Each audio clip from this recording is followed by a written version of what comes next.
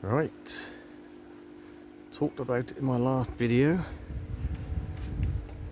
It is Father's Day, so I treated myself to a little gift.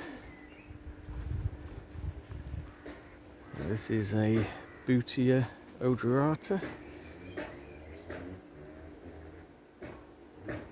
I had two. This was actually considerably smaller than the other one.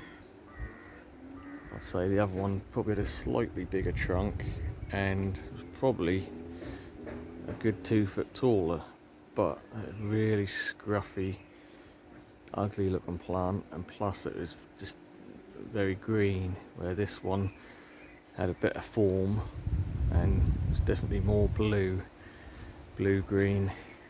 So this was the one we went for. Size is not always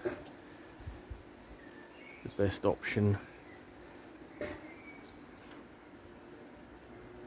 so obviously this is in a pot and it's standing just over 6 foot with the fronds, but I'm guessing 18-inch pot at least deep, so it's probably close to 5 foot once it's in the ground, but I may well do a slightly raised planting area for that. So yeah, I treat myself. We went to Avram Garden Centre near Norwich. Like I say, they've had a couple in there for a while. I wouldn't say they're the cheapest I've seen them, but they're certainly not the most expensive. I've seen similar to this size for nearly 800 quid. And I know palms are increasingly more expensive nowadays, especially in the UK, just due to the quarantine time on big palms anyway. I'm not sure, is it 18 months they have to be quarantined for? But it's not something I buy every day. It's a sort of one-off. Got a couple of decent spears coming out the middle here.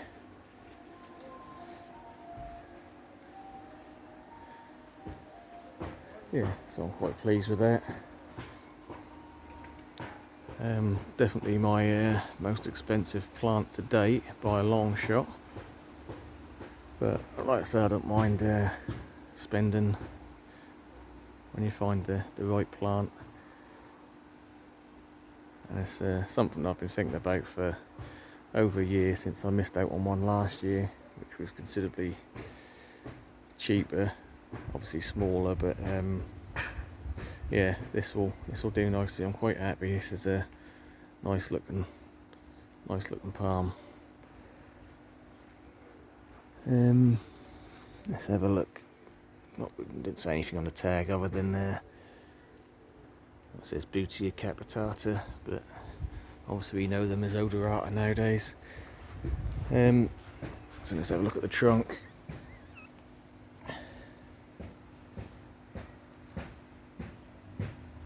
Getting close to a foot across.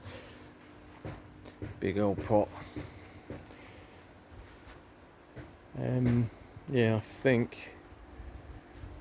so. Originally last year when I was thinking about getting one, I was going to have it over the other side, possibly kind of here. But thinking about it, I've got quite a few palms over this side already, and I've also got another Boutia there, which is the Aerospatha or Aerospatha. So that will bulk up in time. And like I say, with the other plants, I mean that would have looked nice there, but like I say, I really want to get some balance in the garden. So we've got we've got the Canary Date Palm, which is getting to a good size. We've got the height obviously on the cord lines.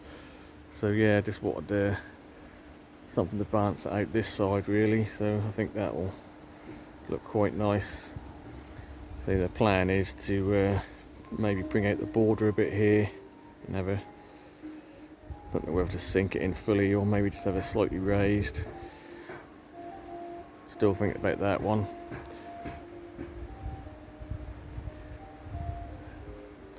But yeah, so that is the big Bootia.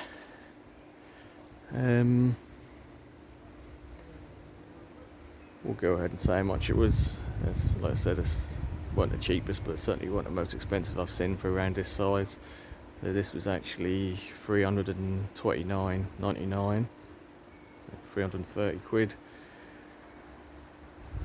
Like I say, it's not stuff I'm going to buy every day. It is a sort of one-off treat. Specimen at this size, so officially my most expensive plant ever. But we did get some other bits as well. So we've got a lot of house plants, but as this is more the gardening channel, we'll stick to the garden plants. Now, I thought this was quite a good deal. We've got a Musa sikanensis Bengal tiger, and that's a good price, $8.99. So they get like the stripy leaves. I have had one of these before. They not so stripy at the minute, it's sort of dark patches, but yeah, as they mature the leaves get bigger, you get some nice banding in it. I mean, don't know if you can see in that picture. But yeah, $8.99. That's a reasonable size plant for that. I guess it's 14 inches. Not bad for $8.99. And then I just fancied a little fern, so this one is $3.49. Nice little variegated number, a little bit different to some of the other ferns I've got. So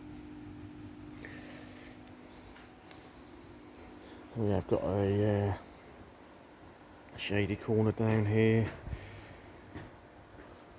or I've got other areas as well, but we'll see.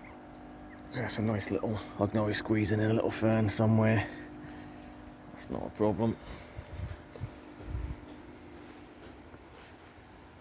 So as regards to the banana, we'll find a good place. Obviously we want some full sun for that. But yeah, just thought I'd keep you up to date. So we've got the new palm. I'll be honest, what I've paid for this was more than covered by any propagations and selling plants I've done this year anyway, so it's not actually cost me anything. So yeah, I'm happy. Like I say, I did have another one bigger, but just looked a lot scragglier and rougher, so this one is definitely the better form.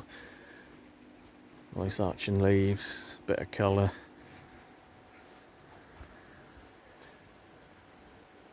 Yep, very happy with that. Right, I'll probably do a video once I've got it in, once I've finally decided where I watered it, because I was also considering moving the Tetrapanax and putting it sort of roughly there, but I know that Tetrapanax at that size, that'll just drop all its leaves and look like rubbish and probably look dead for this year, so I didn't really want to disturb that too much. And I do like it there anyway, so I think the best place that will be round about here, I'm guessing. Bring out the border a little bit, because I always call it a shady border, but it does get full sun for up until midday, 12 o'clock, maybe to 1 o'clock, and especially the higher the plant is, the more it's going to be in the sun anyway, so that'll get more than enough sun there. Anyway, enough rambling on as usual. We'll leave it at that. Thanks for watching, and catch you on the next one.